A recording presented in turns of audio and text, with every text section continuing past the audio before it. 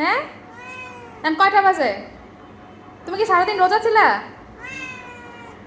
আবার হ্যাঁ আচ্ছা হ্যাঁ আচ্ছা আচ্ছা হ্যাঁ কয়টা রোজা রাখছো আজকে? হ্যাঁ আচ্ছা ঠিক আছে। শরীর ভালো? হ্যাঁ ম্যাগি ওইদিকে নজর।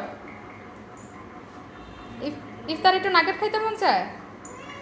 আচ্ছা ঠিক আছে। এই,